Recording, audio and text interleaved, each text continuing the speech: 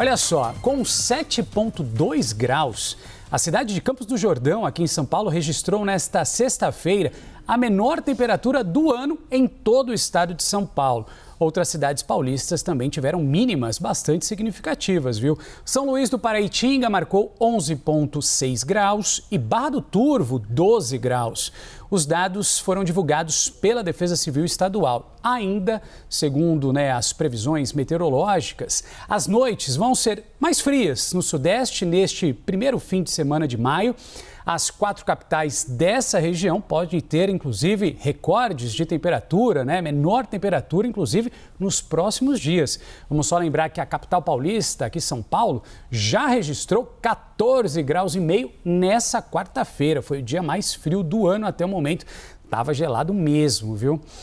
Ainda falando sobre o tempo, a gente conversa agora ao vivo com o meteorologista da Notus, o Alexandre Nascimento, que gentilmente vai nos trazer mais detalhes, aqui no Prime Time. Tem muita gente que conseguiu emendar aí o feriadão, sábado está chegando e a primeira pergunta que eu tenho para você, Alexandre, é o que podemos esperar do tempo no Brasil neste final de semana? Boa noite, obrigado por estar conosco aqui. Boa noite, Renan. Boa noite a todos. Olha, nós temos aí uma condição, como você já falou, bastante típica para a época do ano, que é aquele clima bem típico de outono mesmo. Faz frio durante as noites, madrugadas, comecinhas de manhã, e as tardes elas estão ficando cada vez mais quentinhas. Então, só para ter uma ideia, Campos do Jordão, como você falou, teve mínima aí na casa dos 7 graus, um pouquinho até abaixo disso, depois caiu um pouquinho mais, e a temperatura da tarde chegou a 20 graus. Então, quer dizer, uma amplitude térmica muito alta. Essa amplitude térmica é exatamente aí a marca registrada do outono em grande parte do Brasil. Agora, isso vale para sul, para sudeste, até mesmo para centro-oeste. Lá no litoral da Bahia, Renan, está chovendo muito, nós temos uma frente fria. A frente fria que trouxe esse frio para o centro-sul do país, ela está lá no litoral baiano e está, infelizmente, provocando transtorno. Só para a gente ter uma ideia, em Itacaré, que fica um pouquinho acima ali do litoral sul baiano, já indo em direção a Salvador, nesses últimos 2 dias e meio, vamos dizer assim, choveu quase 300 milímetros. Isso corresponde mais ou menos aí o que é normal para o mês inteiro, o mês inteiro de maio, em apenas 2 dias e pouco, um pouquinho menos de 72 horas. Outras localidades também, como Santa Cruz Cabrália, quase 200 milímetros, e a chuva ainda não para, tá? O fim de semana ainda segue, principalmente amanhã, ainda segue com risco de temporais, e pelo menos no litoral baiano, a situação não é essa que a gente acabou de falar aí para o centro-sul do Brasil.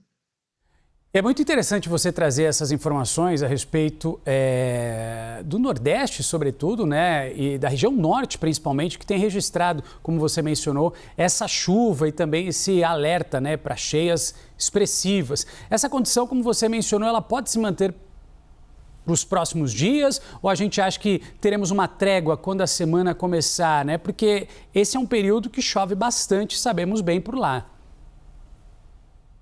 O litoral do Nordeste é exatamente nessa época do ano que chove bastante, A gente tem essa chuva, vamos dizer assim, um pouco além daquilo que é normal, para esses próximos dias. Tá, a gente está vendo aí imagens de Manaus, lá do Porto de Manaus. Eu acompanho bastante isso aí com carinho, porque a gente tem um cliente que depende exatamente da navegabilidade no Rio Negro.